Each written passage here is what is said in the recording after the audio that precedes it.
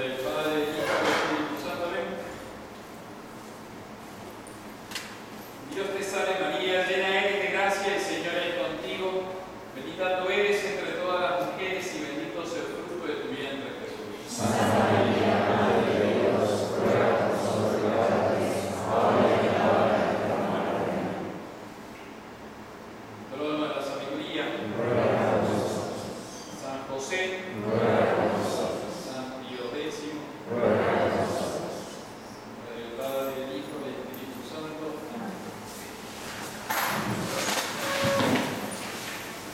Nos aquí, queridos hermanos, en una segunda conferencia sobre un problema eclesiológico, es decir, de un tratado actualizado de la Iglesia y muy concreto la situación ahora. El título que propusimos para estas dos charlas es la de Benedicto ha muerto, sede vacante. La charla anterior versó sobre todo en este punto, el título. Benedicto ha muerto, sede vacante. Hicimos un balance de 10 años del pontificado, siguiendo a la periodista Elisabetta Piqué, corresponsal de La Nación. Que yo les decía, son gente que estudia, hizo un buen resumen y certifiquen diciendo que está bien hecho. Y uno aprovecha un poco la noticia también para hacer de actualidad. Vimos entonces el balance del pontificado del Papa Francisco, 10 años, 2013-2023. Vimos que muchos se escandalizaron y decían: yo no reconozco a Francisco, para mí el Papa es Benedicto. Ahora murió Benedicto, ¿qué pasa? Sede vacante. Por eso en la clase anterior analizamos el problema del sede vacantismo. Son todas cosas muy discutibles, por supuesto, discutirán a veces en un afán de exposición rápida o somera, dando los puntos principales. Podríamos decir que hay una cierta simplicidad, simplismo. Lo hay, pero fundamentado en la descripción de cada una de las posiciones. Dijimos, la posición del sede vacantismo es muy peligrosa porque atenta contra la visibilidad de la Iglesia. Y eso sí es muy claro, enseñado por el magisterio romano, es evidente. O sea, Cristo fundó una iglesia con hombres y con una jerarquía, con papa y obispo. Una vez que vos te desprendés de eso, ¿a dónde terminás? Vimos rápidamente algunos casos de sacerdotes que salieron a la fraternidad, se hicieron sede vacantismo, otros. ¿A dónde termina? Atención, no es la posición de la fraternidad. La fraternidad reconoce la autoridad hoy del Papa Francisco, pero ayer también la de Benedicto y también la de Juan Pablo II. Y hoy vamos a estudiar justamente la posición de la fraternidad, si quieren, como la argumentación teológica, que es el fundamento, el sustrato de nuestro combate. Porque se nos podría achacar a la fraternidad diciendo: si ustedes no son sede vacantistas, pero hacen lo que quieren. Como que no somos consecuentes con lo que decimos de la boca para afuera, lo que enseñamos. Sí, es el Papa. Pero fíjese, padre, usted hace lo que quiere. Sería una objeción que se puede hacer y con razón a la fraternidad. Hasta en el Padre Nuestro son anticuados. Su misa, nada que ver la misa de la fraternidad.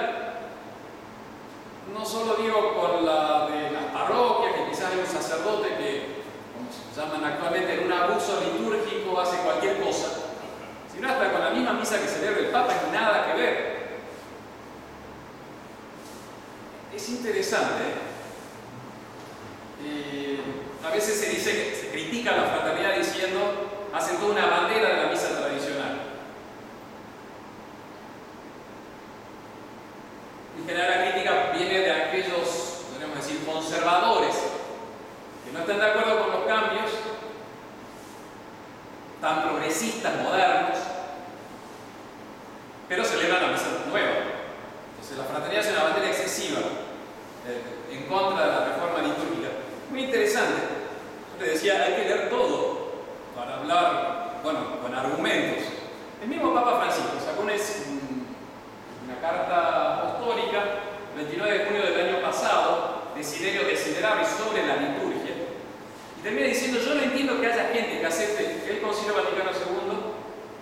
y que no acepte la reforma litúrgica. Entonces, dice, seamos coherentes. Si aceptamos el concilio, hay que aceptar la misa nueva, la misa promulgada por los santos, que dicen ellos, Pablo VI, San Juan Pablo II, dos ediciones típicas.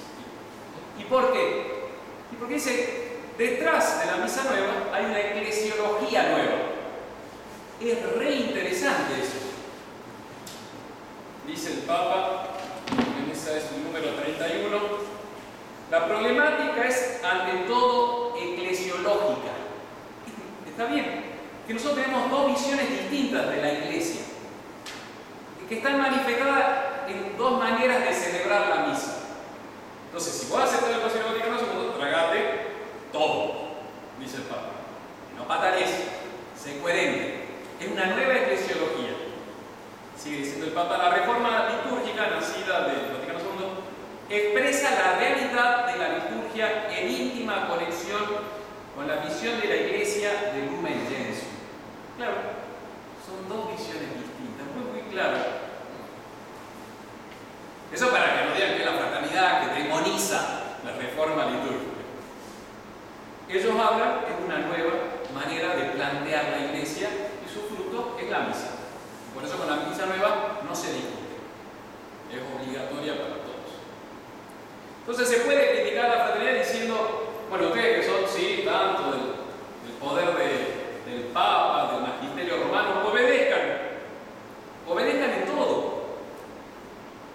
Porque si no, no son consecuentes con lo que ustedes enseñan, de que el Papa es Papa. O te haces vacantista o aceptas todo. Y esa va a ser el quid de la cuestión. Hacia dónde apunta esta charla es presentarles a ustedes la posición de la congregación, ciertamente es la correcta, quien les habla es miembro de la fraternidad, es evidente, justificada con una explicación de lo que es el magisterio, que es muy importante. Ahí está el quid de la cuestión. ¿Cuál es la autoridad magisterial de las nuevas enseñanzas? La autoridad magisterial es la voz de Cristo que habla a través de las nuevas enseñanzas. Esa va a ser la cuestión y la posición de la congregación. La leo rápido porque hacia eso apunta. Muy bueno, muy pedagógico, decir hacia dónde vamos para que entiendan el resto de la posición. Nuestra posición, sin dejar de reconocer al Papa y a los obispos, afirma que las novedades conciliares no son auténtico magisterio. O sea, en esas nuevas enseñanzas, el fiel católico no reconoce la voz de Cristo. Ustedes pueden pensar todas las cosas que dijimos, la parte ecuménica, todo el delimitamiento de la parte moral, todo eso es lo que dijimos en la conferencia anterior, decir, bueno, ¿es o no es voz de Cristo? Pero atención, la posición de la congregación no dice, como diría usted de la canita, no son obispos, no es el Papa. Nosotros decimos, son verdaderos maestros. El Concilio Vaticano II fue un concilio de la Iglesia Católica. Estaba el Papa y los 2.200 obispos reunidos. Porque son verdaderos maestros. Pero el hecho de que sea una reunión de la jerarquía no significa que su magisterio es auténtico. La enseñanza, las personas lo son. La enseñanza, y eso vamos a ver acá. Es decir, bueno, ¿cuál es el problema? La solución va a ser, justamente, presentan esas nuevas enseñanzas sin ellos querer ejercer el magisterio eclesiástico. Porque no lo van a presentar in persona Christi, con su propia autoridad, sino como un consentimiento del pueblo santo de Dios. No hablarán por su autoridad, sino por el consenso que se logra, ellos dicen, a través del Espíritu Santo, y que por ahí Dios manifiesta sus nuevos caminos. Es un tema de hiperactualidad. Este año es el tercero del sínodo de la sinodalidad. En octubre se van a reunir, ya se están preparando genial, o sea, hay toda una institución muy poderosa por detrás, que es la Iglesia Católica, que lo está preparando, y va a ser en una pausa ahora, en una primera etapa, y la segunda va a ser el próximo año. 4 sesiones, como 4 sesiones fue el Concilio Vaticano II. Bien. Nuestra exposición va a tener 3 momentos, 3 partes. Lo que vamos a hacer es el planteamiento del problema, el status cuestiones. El primer punto va a ser hablar del magisterio eclesiástico, el magisterio. Este es espectacular. La base de esta conferencia es el libro del Padre Calderón, que la semana pasada les mostraba, La lámpara bajo el sereno. Un libro difícil, largo de leer, no es como para leer de noche cuando te vas a dormir, es para estudiarlo. Sería la base de esta charla, es ese libro. Yo leyendo todo lo que dice el Padre sobre la importancia del magisterio eclesiástico, me empecé a entusiasmar porque vos decís, es la voz de Cristo. Está espectacular. Yo quisiera transmitir entusiasmo, pero veo que no logra transmitirse. En su rostro no veo. Es apoteósico, porque vos lo lees todo el magisterio y decís, es Cristo el que habla. Eso también la posición tradicional es fenomenal. Porque la posición conservadora que anda así entre, a ver, un poquito de acá, un poquito de allá, che, pero si no meto no lo otro, al final se hace juez de lo que está diciendo el Papa. Entonces a mí me gusta esto que dijo Francisco y no me gusta esto que dijo Francisco. Y eso no hace bien. Ahora vamos a ver la razón. Va a quedar muchísimas cosas interrogantes a cerrar, por supuesto. El Padre dice justamente, si es magisterio, y a secas. O sea, no se pongan. Incluso está el magisterio infalible, que vamos a hablar de eso, está el magisterio ordinario, pero siempre es voz de Dios, o sea, voz de Cristo. Y eso me entusiasmó tanto que me he puesto a leer las encíclicas desde el año 1832, Gregorio XVI. Ahora voy en Pío XI, ya me está costando, cada vez las encíclicas son más largas, voy con la encíclica 151, pero más o menos.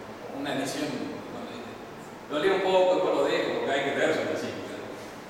Larga, pero. Acabo de terminar una muy bonita sobre el 15º centenario de San Agustín, Salutem Humani Generis, espectacular. Hace una exposición de San Agustín, texto apropiado, buenísimo. ¿Y por qué lo lees con tanto gusto? O por lo menos, ¿por qué lo buscas? Porque decís, acá está hablando Cristo. No sé si ven la importancia, justamente de tener un recto criterio y en muy alta estima el magisterio eclesiástico. De verdad que me ayudan los últimos papas.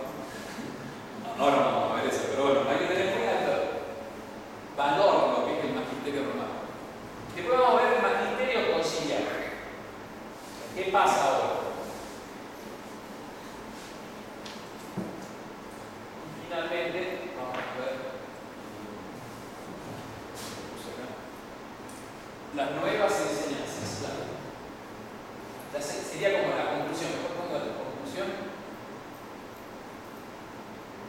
Las nuevas enseñanzas son magisterio, son la voz de Cristo. Estos dos son más teóricos, sobre todo el primero, el último va a ser muy práctico. Primero el magisterio eclesiástico. Vamos a ver 2 puntos, una subdivisión. Las generalidades del magisterio eclesiástico, ¿qué es? El segundo punto va a ser el ejercicio del magisterio eclesiástico. El pastor eterno, Cristo Jesús, verdad eterna, subiendo a los cielos no quería y no podía dejar a los suyos sin guía y sin maestro. Imagínense qué lío sería sin una jerarquía, sin un maestro, sin un pastor. Qué desorden, qué bagunza, quedarse solos y con un libro, que es la Santa Biblia, que si no tiene una recta interpretación, es un peligro la Biblia, es una bomba. sino es custodiada y explicada por una autoridad. La Biblia solita sería causa de eternos problemas, divisiones y separaciones, herejías y errores en la historia de la iglesia. El que dice justamente que necesitas a alguien que te interprete, que te dé la revelación. Las millares de sectas evangélicas y movimientos protestantes son patente ejemplo de esto. Necesitamos un magisterio. Nuestro Señor no nos podía dejar así, anarquistas, acéfalos. Por eso el pastor eterno, Cristo Jesús, confió sus tesoros de gracia y verdad a la Santa Iglesia. No quedan así desparramados, quedan en un lugar. Los sacramentos, en relación a la gracia, y la revelación, la verdad, quedaron bajo custodia y guarda de una institución que fue edificada para que todos los fieles estén unidos por el vínculo de la misma fe y caridad. Eso enseñaba el Papa Pío IX en encíclicas muy buenas, más encíclicas que conoce la Constitución Dogmática del Vaticano I, Pastor Eternos. Y continuaba Pío IX diciendo: de esta manera quiso Jesús que en su iglesia hubieran pastores y maestros. Es fundamental el magisterio. Cristo Jesús confió a la iglesia su enseñanza. Esa enseñanza se llama revelación. Dios te da un depósito de verdades a creer, de normas, de vida a seguir, estableciendo en su iglesia una jerarquía de maestros y doctores, los apóstoles, y en ellos a sus sucesores, para que la custodiasen guardando celosamente, para que iluminasen enseñándola certeramente y explicándola claramente, para luego transmitirla a los siguientes. Eso es el magisterio eclesiástico. Cristo dijo a sus apóstoles: euntes docete, id y enseñad. El que a vosotros escucha, a mí me escucha. Eso es el fundamento que te hace leer el magisterio romano con tanta avidez. Es Dios el que te está hablando a través de la enseñanza de la iglesia, del magisterio eclesiástico. Magisterio significa esa cualidad, la calidad de enseñar. Jesucristo comunicó a su iglesia el poder de enseñar en su nombre y con su autoridad. Eso es muy importante, en su nombre y con su autoridad. El que a vosotros escucha, a mí me escucha. Le dijo a los apóstoles, en su nombre y con su autoridad. Ya se le va aprendiendo un poquito los gustitos, lo van a seguir leyendo, lo van a acompañar leyendo las encíclicas. Es la enseñanza de Cristo que se da por la voz de los papas. Por eso somos romanos. Es la voz de los papas. La voz de los papas es la voz de Cristo.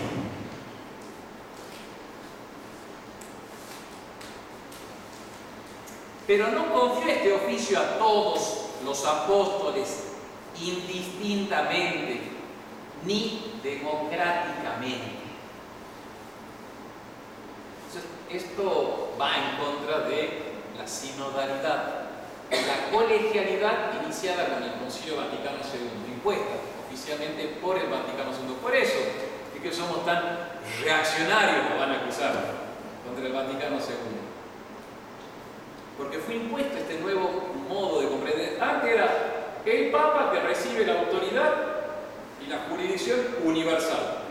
¿Qué hizo el Vaticano II? Puso al lado del Papa el colegio de los obispos. ¿Va a decir que el colegio de los obispos no puede enseñar ni gobernar sin Pedro ni bajo Pedro, ciertamente. Fue la nota explicativa un poco para zafar, porque si no ya era la revolución, era basta. Es decir, acabemos una iglesia monárquica, que ya no es para nuestro tiempo, ahora es una monarquía parlamentaria, no sé cómo se llama. Entonces, ¿qué hizo el Concilio Vaticano II? Antes estaba el Papa al gobierno nada más. Ahora puso el Papa y los obispos.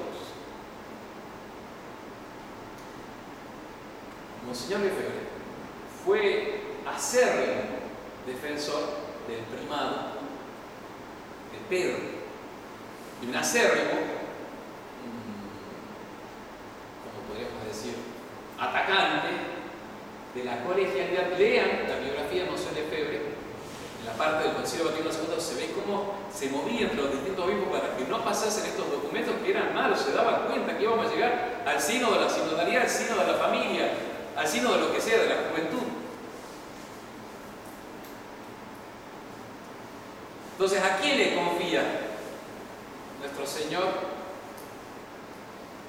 La Iglesia, la gracia y la verdad. A los obispos, a los apóstoles ciertamente, pero no indistintamente, no democráticamente. Fija una jerarquía. Y así decía el Papa, perdón, apoyándose justamente, al depósito revelado se lo confió a uno en especial, que es Pedro, y en Pedro a todos sus sucesores en la cátedra romana. Tú eres Pedro, y sobre esta piedra edificaré mi iglesia.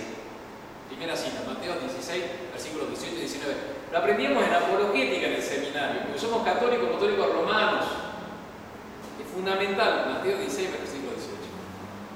Y tú, Pedro, una vez convertido, confirma a tus hermanos. Lucas 22, 32.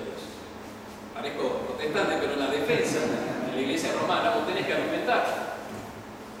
Apacienta a mis corderos, apacienta a mis ovejas. Juan 21. Ahí ya, el último, es cuando después de la pesca milagrosa, el padre de Tiberio.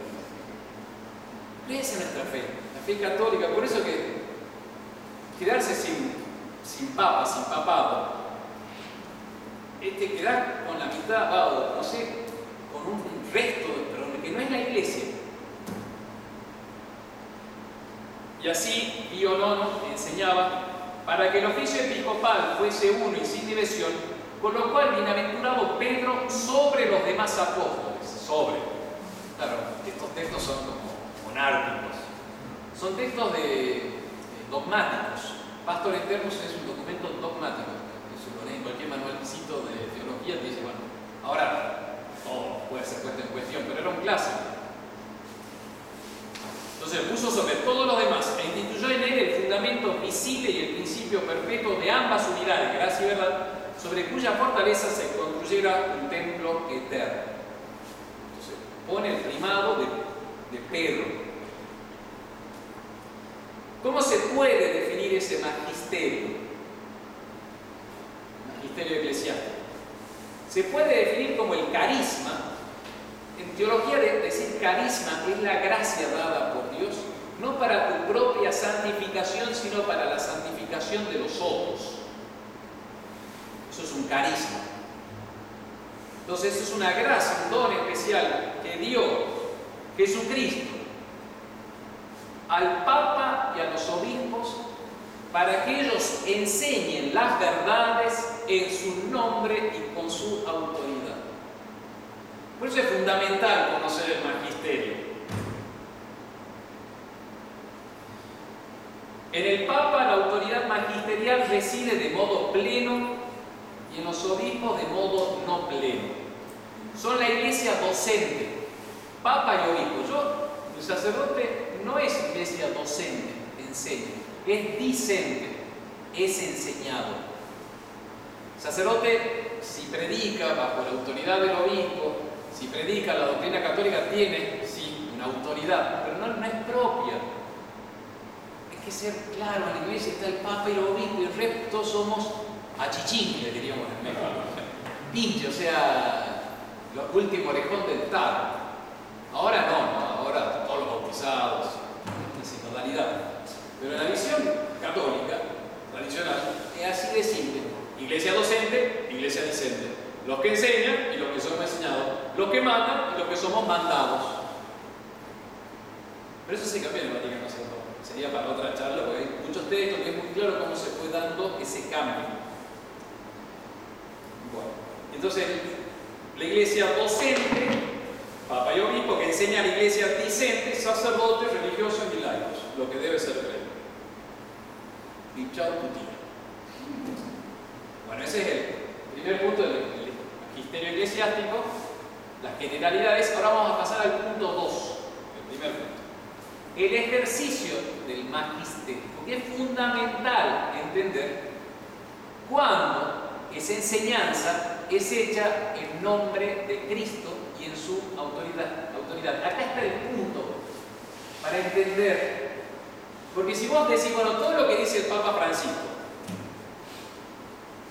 es verdad, porque es el Papa, cae así en un error gravísimo. El Papa dijo recientemente que cuando él era chico, se graduó, había el 5% de pobreza en Argentina, no me acuerdo, y ahora es el 52%.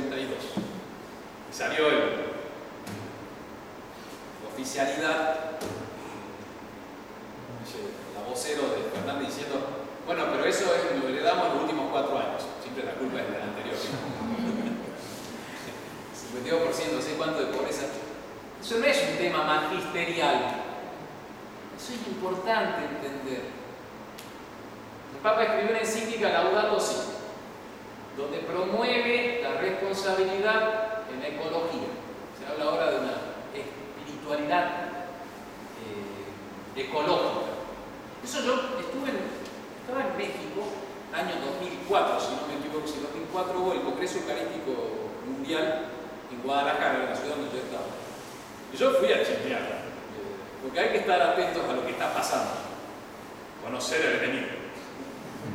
Me fui a la conferencia, yo me acuerdo haber escuchado un cardenal, era cardenal de África, no me acuerdo el nombre, negrito, diríamos, y ahí el cardenal, muy preparado, muy simpático, habló de la espiritualidad ecológica, relacionó la Eucaristía con la ecología. Y esos textos han sido desarrollados también por el Papa Francisco, son líneas temáticas que se vienen dando. Juan Pablo II también, cuando escribe la primera encíclica, Redemptor Omnis, ¿es padre? Habla ya de la parte ecológica, es una línea nada más, una encíclica larguísima, pero ya está, o sea, hay una agenda en todo esto. Cuando el Papa te escribe una encíclica, Francisco, Laudato Si, diciendo que hay que usar responsablemente los recursos, recursos energéticos renovables, no renovables, que hay que usar el aire acondicionado. ¿Es la voz de Cristo ahí? ¿Eso es una enseñanza magisterial?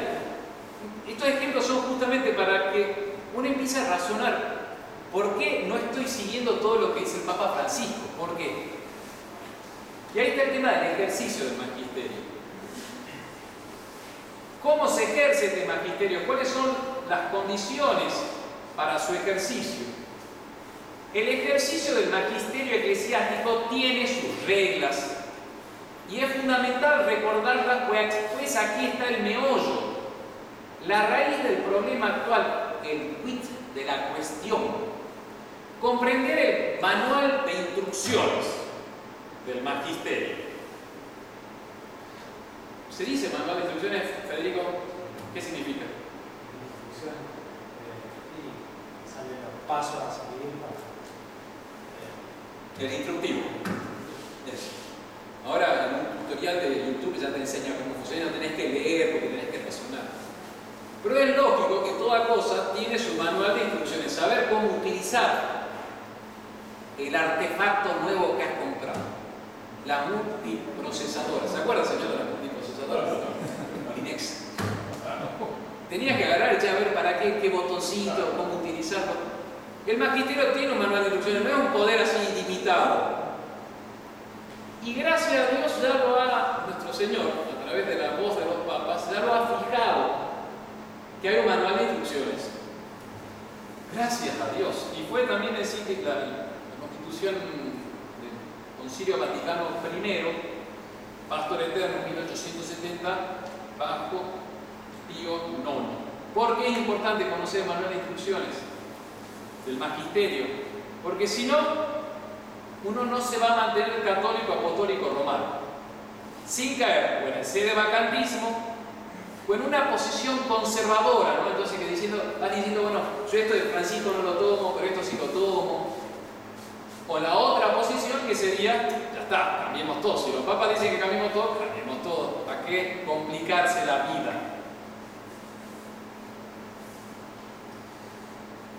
Ya el Papa Pío IX, el Concilio Vaticano I, que es dogma de fe, ha dejado claramente enseñado que Cristo no le ha dejado a los papas la infalibilidad, el carisma del magisterio para que enseñen lo que se le ocurre las ganas, sino le ha dejado algo claramente cómo se va a ejercer ese magisterio. Es fundamental entenderlo, fundamental, está buenísimo. Dice el Papa Pío IX, dice el Vaticano I, no se ha prometido a los sucesores de Pedro el Espíritu Santo para que publicasen una nueva doctrina según sus revelaciones.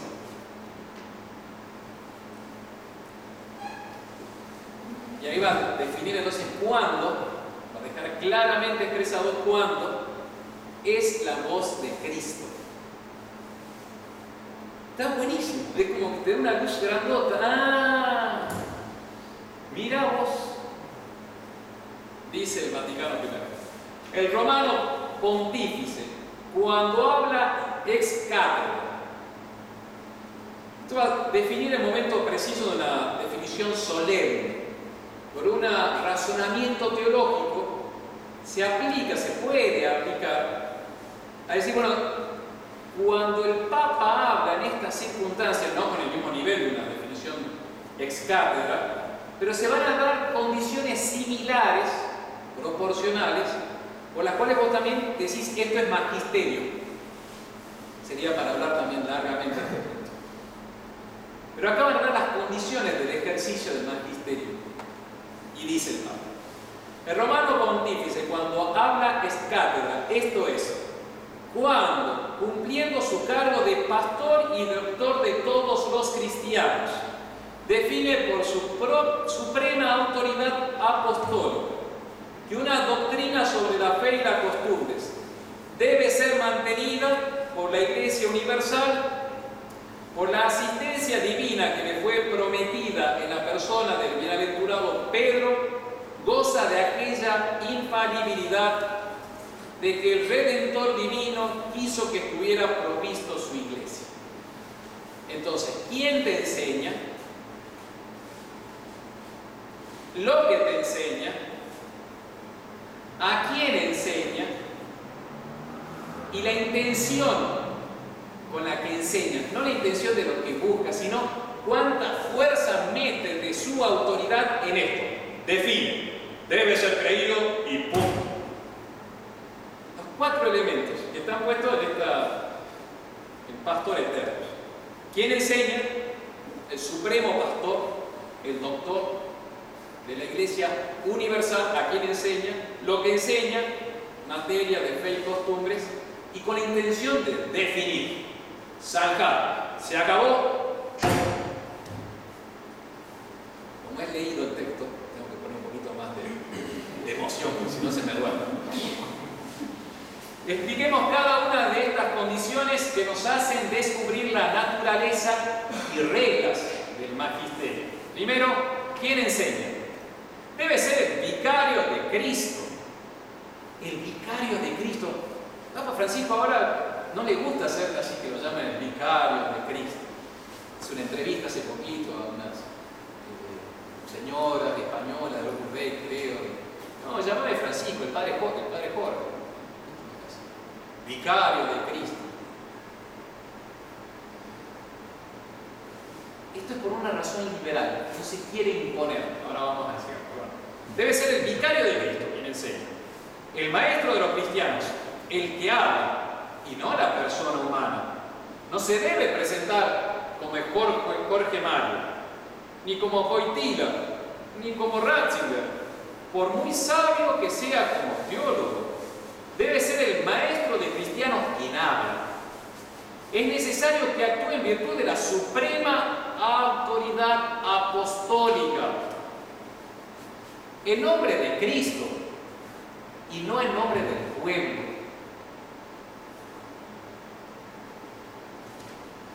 Yo quisiera prolongar, pero no tengo que irme. Por eso estoy leyendo, porque no me quiero extender. El que pueda entender, que entienda. Como dice nuestro Señor. Es que está muy condensado acá toda la... Pero creo que por el rostro veo que pasa. Así que pasemos. Entonces, ¿quién enseña? Lo que enseña. El magisterio no es para hablar de física ni de química, tampoco de medio ambiente ni del uso del aire acondicionado, como hace Laudato Si. Ha sido por Dios confiado para enseñar las verdades de fe reveladas y de moral cristiana, dogmas de fe. Esa palabra ahora para la misión moderna, dogmas de fe. ¡Oh! Oscurantista. Dogmas de fe, bueno, por eso enseñaban antes. No es culpa mía. Dogma de fe, normas éticas, mandamientos y sacramentos son la materia propia del magisterio. Entonces, quien enseña es el vicario de Cristo.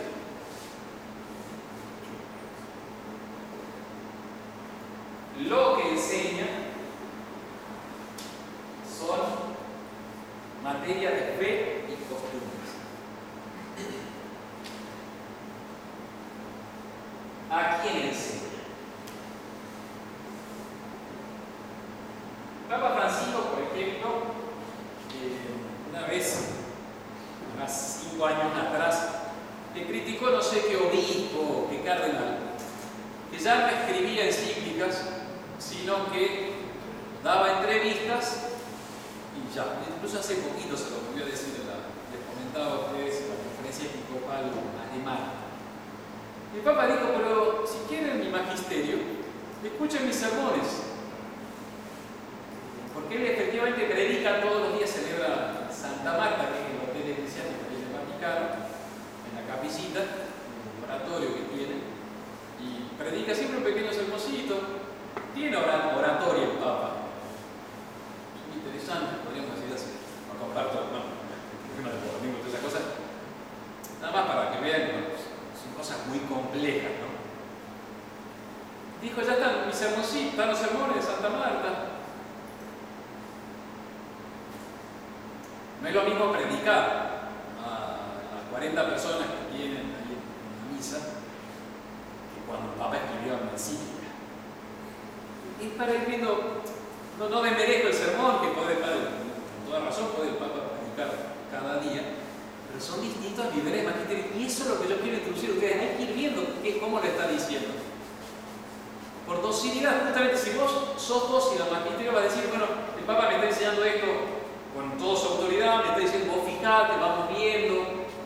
Y ahí está, ese es el fundamental, cuando le detengo por eso. ¿A quién le enseña? Si es a un grupito de personas o a toda la Iglesia universal. Y la intención que con que enseñan, la autoridad que pone intención. Intención de definir, eso la intención de definir lo que enseña. Definir significa, es así, basta. Claro, pero eso ahora no. Vamos a hablar de hoy. Me detengo porque esto sí es importante. Nada más es espectacular estudiar la doctrina católica. Entonces, aunque no lleguemos a las conclusiones, o sea, que uno vaya entendiendo cómo funciona, está buenísimo. ¿A quién se enseña? Ahí nos hemos quedado. Entonces, el magisterio es para enseñar a los fieles cristianos y no propiamente para hablar a los judíos, ni a los paganos, ni a las Naciones Unidas, ni a los medios de comunicación. De hecho, el Papa, en octubre de 2020, escribió la encíclica Fratelli Tutti, donde, no sé, será más o menos tamaño A4, así escrito así, son como 50 páginas más o menos. Me las leí también. Y la parte doctrinal así, habla de que amémonos todos, la dignidad humana, y todos colaboremos. Y él dice, yo escribo esta encíclica para todo hombre de buena voluntad. El Papa Pío IX decía que tiene que ser como maestro de los cristianos, o sea, se dirige a la iglesia. También un papa se puede dirigir afuera de la iglesia, no le limita el poder. El poder del papa es el supremo. Pero justamente todo esto nos sirve para decir, bueno, ¿a quién está hablando? Está hablando entre la semana pasada y esta, encontré otra entrevista encíclica del Papa Francisco, del Papa Francisco, a Infobae. Está muy bueno. No comparto todo lo que dice, ¿no? Aquí el periodista lo deja hablar más a sus anchas, es simpático también, es correcto. Tiene su chispa, es un argentino, entonces uno inmediatamente se siente identificado. Pero claro, en una entrevista le está hablando al periodista y al medio de comunicación. Hay que ir distinguiendo. Bueno, el magisterio es para enseñar a los católicos. Por otra parte, hay auditorios más exigentes para los que el maestro debe hablar con mayor precisión. Por ejemplo, el Papa dijo, 12 de diciembre de 2019, en la fiesta de la Virgen de Guadalupe, que Nuestra Señora no era corredentora, basta, es mujer, discípula y mestiza. Son los tres puntos. Un sermón de 6 minutos, lo pueden buscar en Vatican News. Realmente te duele el corazón escucharlo. Eso podría ser otra charlita, ¿no? Como la nueva Mariología, cómo el Vaticano II ha presentado a la Virgen por razones ecuménicas de otra manera. Y el Papa está siendo totalmente lógico con el Concilio Vaticano II y la nueva teología. Hay que ser así, hay que ser honesto. Y el Papa es lógico con el Concilio Vaticano II. Claro, pero ese sermón, que va en contra, por ejemplo, de la encíclica del Papa San Pío X, 2 de febrero del año 1904, a 10 minutos levísimos sobre la Virgen María, una encíclica de unas 30 páginas más o menos, preciosísima, pero con una autoridad magisterial, bien pensado, los términos donde dice que la Virgen es correparatis, ha reparado el género humano, utiliza la palabra corredentora, que son documentos posteriores, pero la presenta como que gracias a su mérito hemos sido nosotros salvados. Fíjense, no es lo mismo la autoridad de un sermoncito de 6 minutos, donde el Papa no leía nada, lo decía de viva voz, lo ves ahí, o sea, lo googleás, lo ves en YouTube, con una encíclica presentada al mundo, al orden católico, y donde ha sido sopesada cada palabra y donde está muy claramente marcada, son distintos grados de magisterio, de autoridad magisterial. Yo creo que ya por su cara ya me van a entender, está buenísimo. Ahí ya una vez que entendés, bueno, entonces el Papa está diciendo esto, pero no, ni él se la cree. Perdón, la frase es fuerte, pero la voy a leer de un obispo de acá, de Argentina, que lo dijo. Ni él se la cree, bueno, entonces ya está.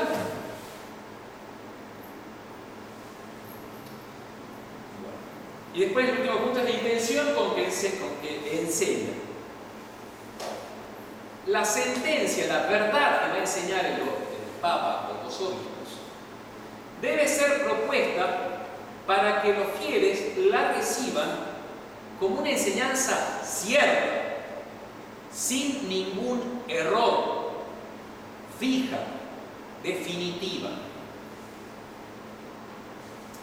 Eso es la definición es cátedra, pero de ahí el argumento del Padre Calderón es justamente diciendo, fíjense, está involucrando la autoridad magisterial. Entonces, en la medida que pone más autoridad el Papa de enseñar en el nombre de Cristo, hay que seguirlo más. Y mientras menos ponga, hay que ponerlo menos, pero y eso siendo dócil al Papa. O sea, a ver, Papa, yo te escucho, ¿qué estás diciendo?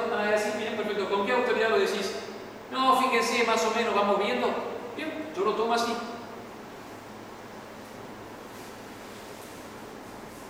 El texto latino dice, en la definición del Vaticano I, Pastor Eternus, definit tendendam, doctrina.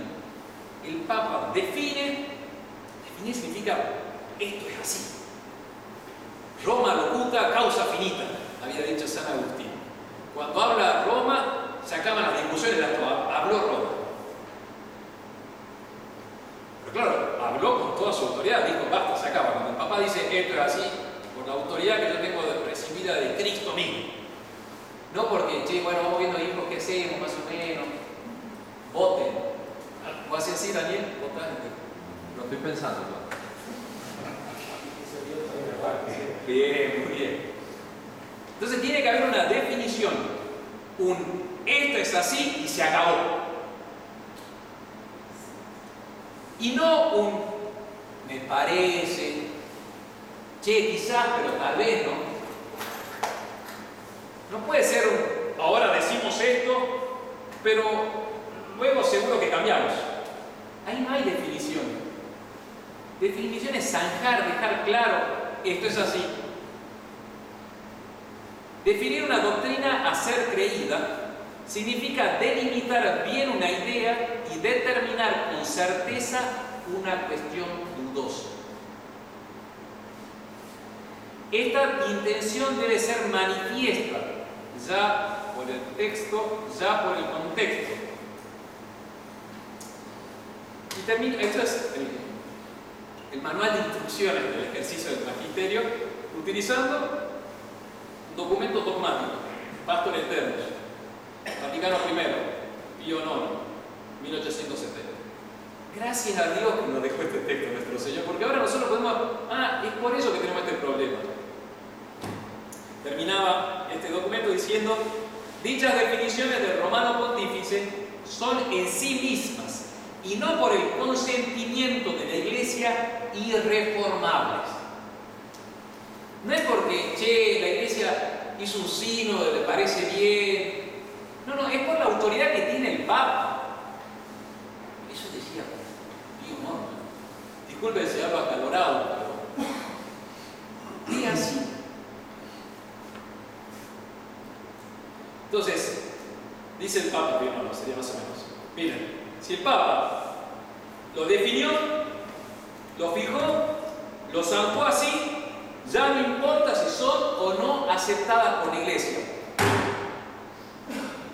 Y si quedan dudas, dice el Papa Pío IX, de esta manera, si alguno, no lo permita Dios, tiene la temeridad de contradecir esta nuestra definición, sea anatema. Es decir, condenado y excomulgado. Punto. Fíjense qué autoridad, qué fuerza la de un vicario de Cristo.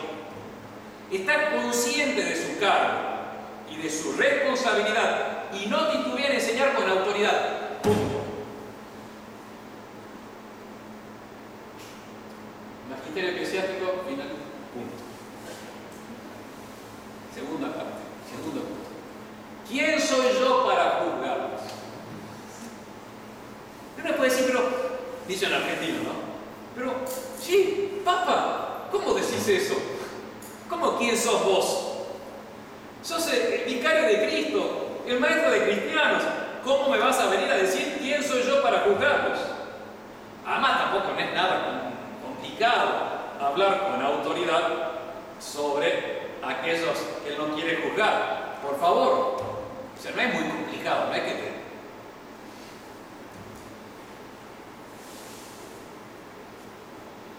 Esa es la nueva manera como los papas, desde el Vaticano II, usan de su autoridad doctrinal. ¿Quién soy yo para juzgarlos? Esa expresión, ¿quién soy yo para juzgarlos?, delata el fondo del problema, que es un problema de autoridad. No hay nadie en la tierra que tenga más autoridad que el Papa, que el vicario de Cristo, sacerdote y rey. Sin embargo, él dice que no puede o no debe juzgar a un homosexual. Y esto provocó, claro, el aplauso del mundo pagano y causó perplejidad en el mundo cristiano. Rápido salió a decir por qué lo había tenido esta expresión. Y dijo el Papa, al decir esto, he dicho lo que dice el catecismo. El catecismo conciliar. Perdón, no fue el catecismo de Trento. Y sigue diciendo el Papa, yo solamente he dicho lo que dice el catecismo, Dios nos ha hecho libres. No es posible una injerencia espiritual en la vida personal. Entonces ya es el liberalismo. Cada uno haga lo que quiera, yo no me meto.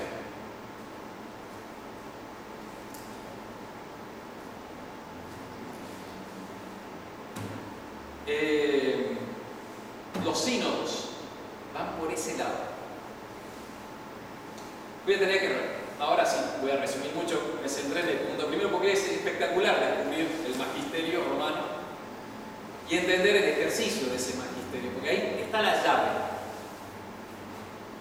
La charla anterior nos sirve un poco para recordar todo lo que dijimos, cómo el Papa se está presentando, su magisterio es quién soy yo para juzgarlo, ¿no? O sea, el tema de los sínodos, la primera encíclica o primera exhortación apostólica de Evangelii Gaudium, 24 de noviembre del año 2013, el primer año de su papado, es un documento programático, o sea, que va fijando la línea de su pontificado y de los años venideros, lo dice.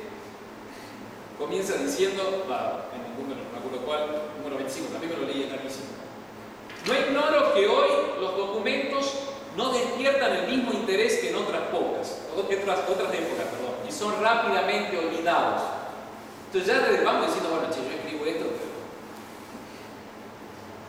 van viendo, uno va escuchando al Papa y dice, bueno, ¿me está enseñando con la autoridad de Cristo, sí o no? Dice, no obstante, destaco que lo que trataré de expresar aquí tiene un sentido programático y consecuencias importantes. Espero que todas las comunidades procuren poner los medios necesarios. Es como el papá que, está bien, no es el papá que llega a la casa y dice así y basta. Ahora es bueno, che, me parece. El problema, la tesis del libro del padre Cadrones, son liberales y ejercen la autoridad como un padre de familia liberal.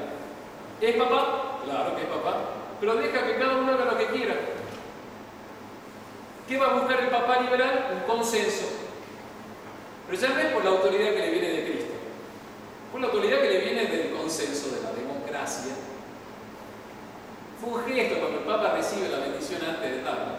¿Se acuerdan? Cuando asumió. Es un gesto muy cargado en símbolos. Entonces el Papa dice, mira, yo voy a escribir esto, espero que más o menos ustedes procuren hacerlo. Yo no sé tampoco si yo fuese Papa, ¿qué haría? Si pondría, che, ahora basta y condenación para todo excomulgado, no sé. Tampoco lo voy a juzgar. Porque no tengo autoridad para juzgar la Santa Sede. Lo mismo la vez pasada, no siguiendo a Santo Tomás. Pero bueno, acá te están diciendo, miren, yo voy a hablar así, Y más adelante dice, no creo que deba esperarse del magisterio papal una palabra definitiva o completa sobre todas las cuestiones que afectan a la Iglesia y al mundo. Está buenísima esa frase, por eso yo la destaqué, la tomo para la conferencia, porque él mismo está diciendo, ¿saben qué? Lo que yo voy a decir no es magisterio papal, no hay que esperar del magisterio papal una palabra definitiva o completa. Eso se acabó, con las enseñanzas definitivas y completas. Y después habla que hay que descentralizar. Voy a tener que ir muy rápido, así que bueno, la segunda parte apoyándome en la anterior, nada más voy a los puntos.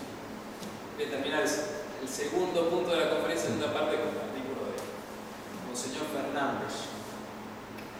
Pero más o menos el Papa dice, mire, yo ahora tengo que descentralizar. No puede ser que el Papa tenga que decir todo de todos. Así que yo ahora quiero descentralizar el ejercicio del poder, del magisterio, de la autoridad a las conferencias episcopales. Ya está puesto también en esta encíclica programática, en esta Constitución Apostólica. Y basta.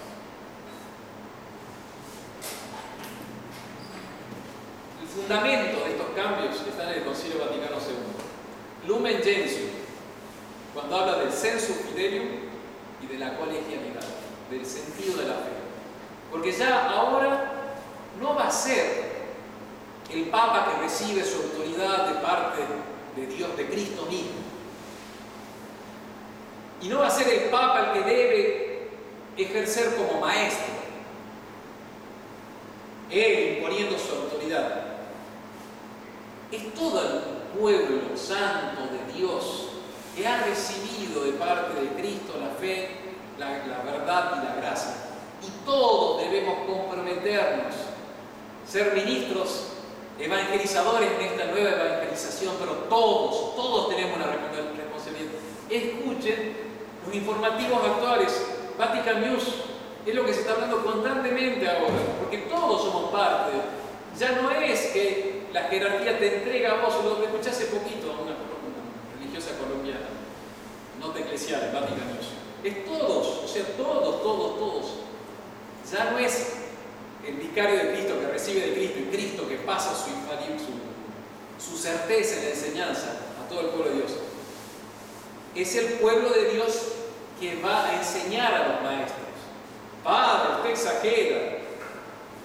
En el año 2018, esto es importante, esas cosas que no se leen y que están muy claras de parte del Papa Francisco. En septiembre de 2018 escribe una constitución apostólica Episcopalis Comuni sobre el sínodo de los obispos. ¿Y qué le dice a los obispos? El obispo debe ser al mismo tiempo maestro y discípulo.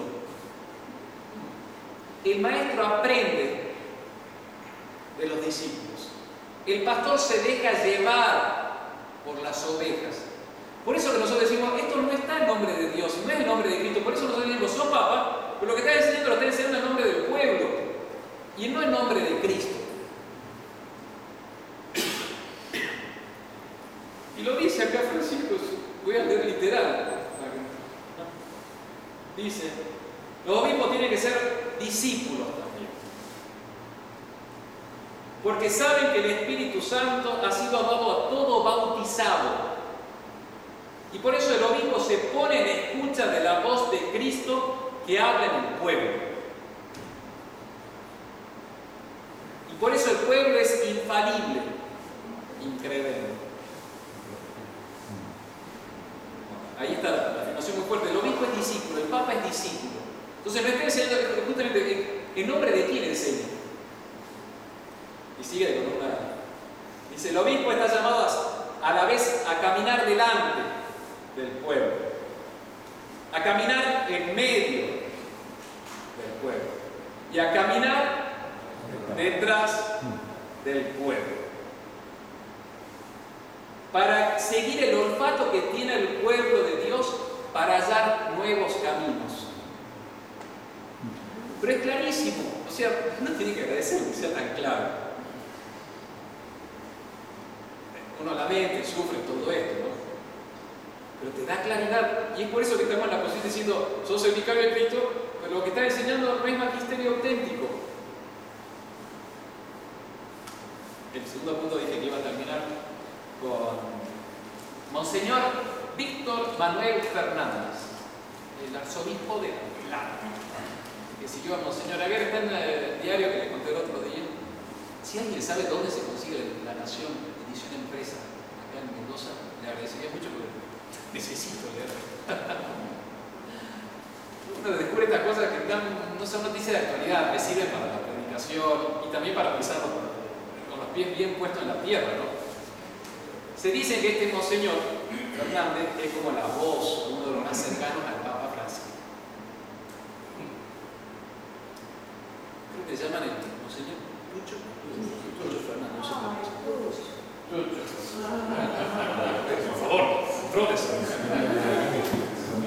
Bueno, el título, un pontífice convertido en profeta de la dignidad humana.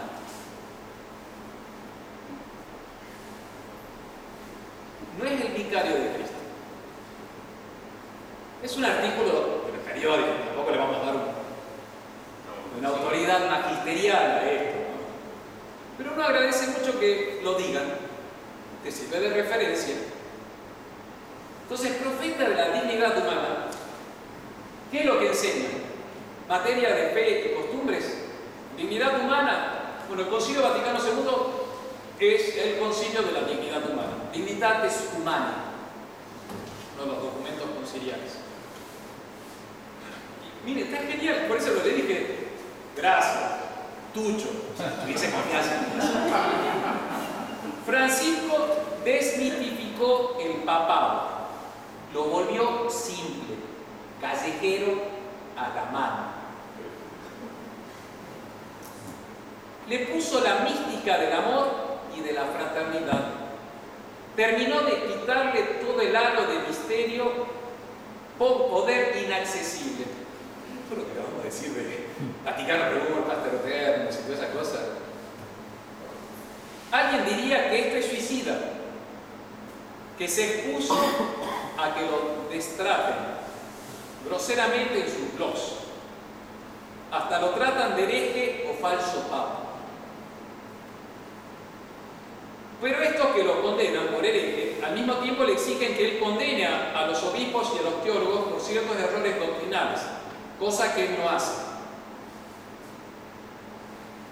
Con su estilo de vida cercano, simple, opinando con libertad, y sin dar excesiva importancia a sus propias opiniones. Es la tesis del Padre Calderón.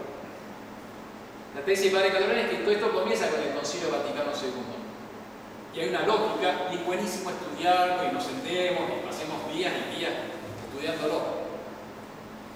Ni él mismo se cree sus propias opiniones. Entonces definió, zanjó, delimitó, y esto es así, punto. Claro, olvídate. Y seguiría, esta parte sí. Después tiene una descripción del Papa argentino que está simpática, que se deja identificar. Y termina, Francisco, que no deja de hablar de un Dios que ama y que espera, y que siempre da una nueva oportunidad. Por eso mismo se ha convertido en un profeta de la dignidad humana. Y es muy cierto en la descripción que hace el Monseñor Fernández. Es así como está actuando Francisco. Fue al grano, o sea, el mismo que yo decía, mi señora, para que supo agarrarlo en su balance de 10 años, él va hacia el punto del Papa actual. Quizás este tema es el central de su mensaje. Esa dignidad más allá de cualquier circunstancia, ya que todo ser humano tiene un valor infinito por el inmenso amor de Dios. Y es lo que vamos a decir, dice el Padre Calderón en otros libros, el destacar la infinitud de la dignidad humana es ponerla paralela a Dios nuestro Señor, al Creador. Y es bastante diabólico.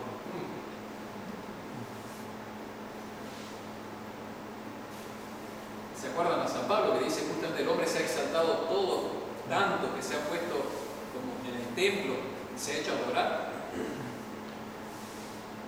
Es duro todo esto. Conclusiones. Hora de ir sacando conclusiones, indicando las distintas posiciones y explicitando las razones que nos llevan a adherir firmemente a la Iglesia Católica y al Magisterio Romano, evitando caer en una falsa obediencia que conduce a la negación de los dogmas. En efecto, desde el Concilio Vaticano II, el católico se enfrenta a un dilema: o se aferra a los dogmas o se aferra al magisterio. Si busca seguridad en el magisterio conciliar, desconoce la validez de los dogmas. Entonces yo por obedecer, y bueno, ya empiezo a cambiar mi fe. Y si busca seguridad en los dogmas, es llevado a desconocer la autoridad del magisterio.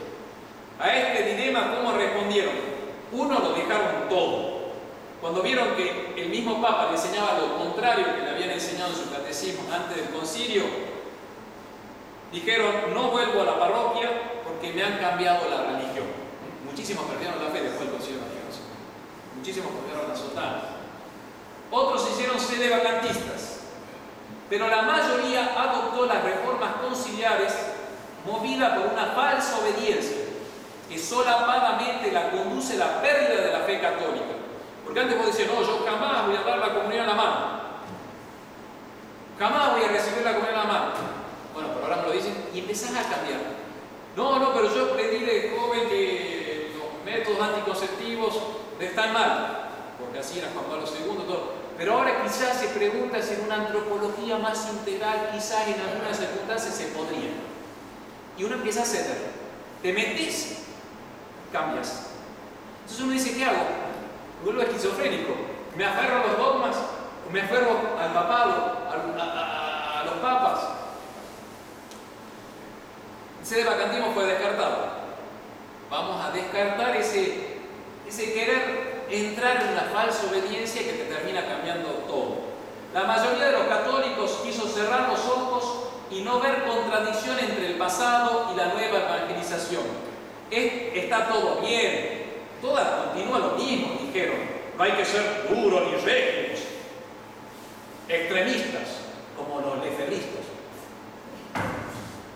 Muchos felices cambiaron todo, pues la nueva iglesia les era más cómoda, menos exigente. Ahora hasta los divorciados en adulterio pueden comulgar. Seguro dijeron, está buenísima esta nueva iglesia, más cómoda. Los hubo también de los que eligieron una doble vida, cierta bipolaridad, muy devotos y tradicionales, de rezar tal o cual novena antigua, pero de muy avanzada para algunos cambios de doctrina y espiritualidad. El camino neocatecumenal, el Opus Dei, probablemente sí. Otros más firmes dijeron, nosotros no aceptamos las reformas litúrgicas, seguimos con la misa tradicional. Serían los movimientos de Iglesia Dei, la Fraternidad San Pedro, el Instituto de Buen Pastor. Para ellos el concilio es magisterio, y por eso aceptan un replanteo de algunos puntos de doctrina tradicionales. Por ejemplo, la licitud de la reforma litúrgica, la libertad religiosa, entre otros. Además, por una supuesta obediencia, han renunciado a denunciar el error. Entonces vos te entras en el sistema y no podés decir nada, porque ya estás en el sistema. Esa es la primera posición, la sedevacantista, desechada la vez pasada, la falsa obediencia.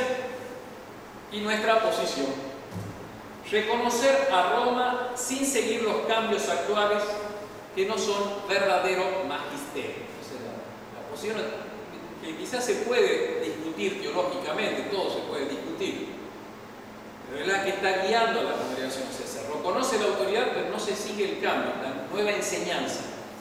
Nuestra posición, sin dejar de reconocer al Papa y a los obispos, afirma que las novedades conciliares no son auténticos magisterios. Son verdaderos maestros, pero cuando presentan nuevas enseñanzas, no ejercen el magisterio eclesiástico, porque presentan sus nuevas enseñanzas no in persona Christi, no en la autoridad de Cristo, sino en nombre del pueblo. ¿Por qué no seguir los cambios actuales? Se debe docilidad a la autoridad que enseña y no a la persona privada. No se debe considerar la persona física, se llame Bergoglio, Ratzinger, Pacelli o Sarto, sino la persona moral o personalidad asumida en cuya autoridad se funda la enseñanza. No es magisterio, sino cuando se enseña como representante de Cristo. Y como la jerarquía actual se cree obligada a ejercer el magisterio por modo de diálogo, no está asistida por ningún grado de la verdadera autoridad magisterial. Se expresa no in persona Christi, ni incluso en propia persona, sino en persona populi Dei, en nombre del pueblo de Dios que tendría el sensus fidei. Además, la jerarquía actual no propone sus novedades ni como infalibles ni como opinables, sino como discutibles, porque nada hay definitivo. Lo que decía Francisco, no creo que deba esperarse del magisterio papal una palabra definitiva y completa. Y ahí está el por qué resistir. El verdadero católico, sin dejar de reconocer en ellos la autoridad, se ve obligado a profesar la fe definida por el magisterio tradicional y disputar contra las opiniones erróneas del magisterio conciliar. El verdadero católico debe rechazar el magisterio conciliar por docilidad con el magisterio tradicional. Y esta es la postura de la Fraternidad San Pío X. Y esta es la postura de la Fraternidad San Pío X, que no quiere ser cismática, desconociendo la autoridad de la sede romana, ni quiere ser hereje, aceptando en nombre del concilio cambiar la fe de siempre. Ni herejes ni cismáticos. Ahí termina la conferencia. Se me alargó 1:10.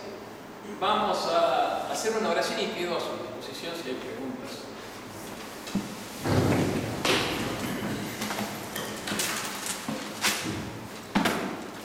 En nombre del Padre, del Hijo y del Espíritu Santo. Amén.